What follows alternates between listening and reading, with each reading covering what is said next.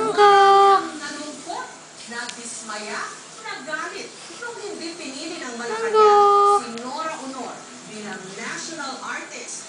Kasama sa mga masama ang loob ang kanyang mga impersonator na ginawa ng career ang panggagaya sa nag-iisang superstar. Mangga.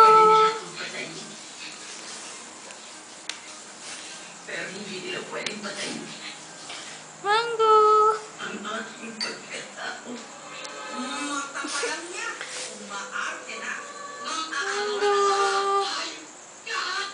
Ang isa sa pinakamahusay na aktres sa ating kasaysayan. Mangga.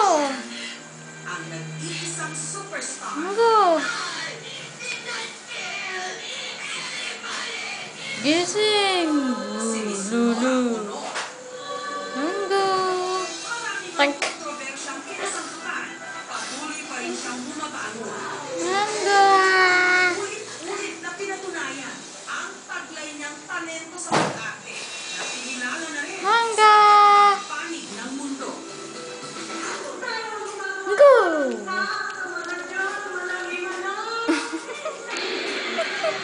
Walang dudang isa sa ating mga living icon.